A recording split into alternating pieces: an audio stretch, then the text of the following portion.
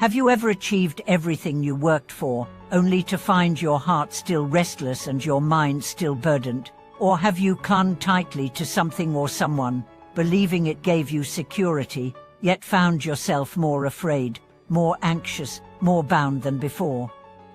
Welcome back, dear friends, to this space where we untangle the spiritual knots of daily life.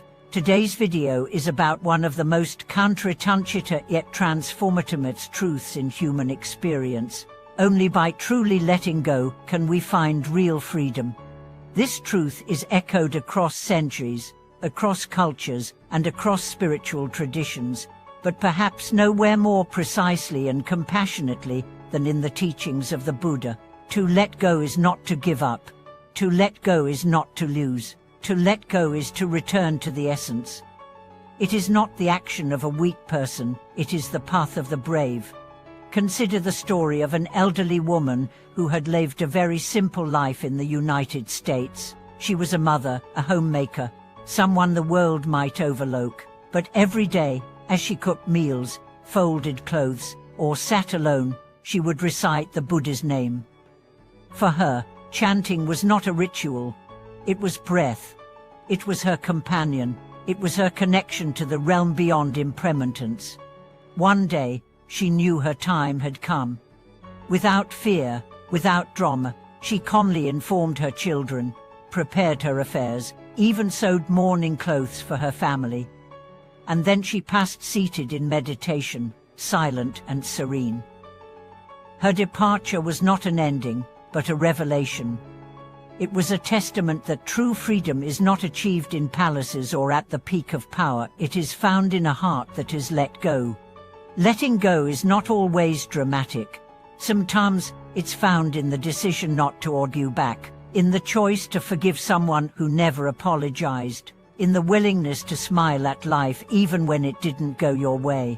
True letting go doesn't start with what you do, it starts with how you see. There's a well-known story of another elderly woman, this one in Asia, who passed away standing. Yes, standing. For years, she had been chanting daily. She never made a show of her devotion. She did not debate theology. But she was consistent, pure, unwavering. The day she died, her family found her upright, hands together, face glowing. It was as if the universe opened and she simply walked through. These aren't miracles reserved for saints. These are the natural outcomes of lives centered in letting go. You see, the more we try to control life, the more it slips through our fingers. The more we chase happiness, the more it evades us. It is only when we stop grasping that life returns to us, not as a possession, but as a gift. Modern life teaches us the opposite. Hold on. Fight for it. Don't let go. But what if clinging is the cause of our suffering? What if, instead of holding tighter, we need to release? This doesn't mean becoming passive. True letting go is active. It means engaging with life fully, but not being owned by the results. It means loving someone deeply, but not confusing love with possession. It means working hard, but not tying your identity to success or failure. One monk once said, "True peace is not found in the world, it is found in your ability to be in the world without being of it." This is letting go. Letting go also means facing death with open arms. And in truth, we die many times before our final breath. We die when relationships end. We die when jobs vanish. We die when our bodies change. Every loss, every disappointment, is a rehearsal for the great surrender. If you resist these small deaths, they become traumas. If you accept them, they become wisdom. Buddhist teachings often speak of the 8 sufferings: birth, aging, sickness, death, separation from loved ones, encountering enemies, not getting what you want, and being attached to the 5 aggregates. What's the common thread? Attachment. The belief that things must stay the way we want them. When we let go of that belief, not the people, not the dreams, but the illusion of permanence, we begin to touch true peace. There's a story told of a man who traveled far to seek enlightenment. He studied under masters, read countless texts, practiced intense meditation, yet he remained agitated. Until one day, an old teacher said, "You are like someone trying to calm the ocean by splashing at the waves. Stop trying to stop the waves. Dive below, let go of the surface." That night, the man sat alone, and instead of chanting, instead of visualizing, he simply watched his thoughts.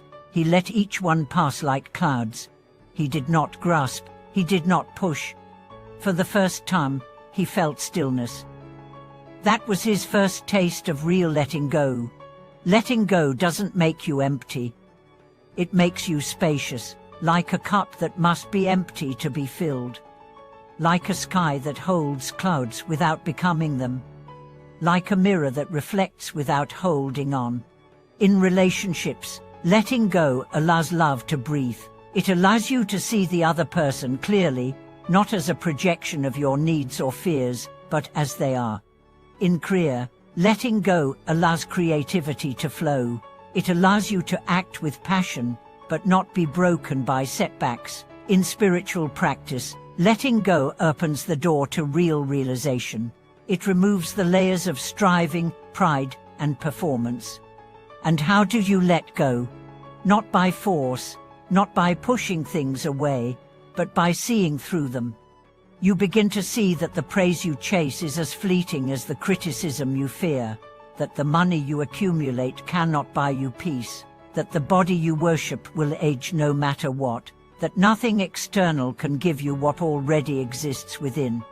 This vision doesn't make life bleak, it makes it beautiful, because now, every moment is appreciated, every person is honored, every breath is enough. One elder practitioner used to say, "I don't practice to become enlightened, I practice so I can let go a little more each day." And he did, until the day he died, smiling. Letting go is not an end, it's a beginning. It's the rebirth of your real self, the self that is not bound by stories, not trapped by roles, not addicted to outcomes.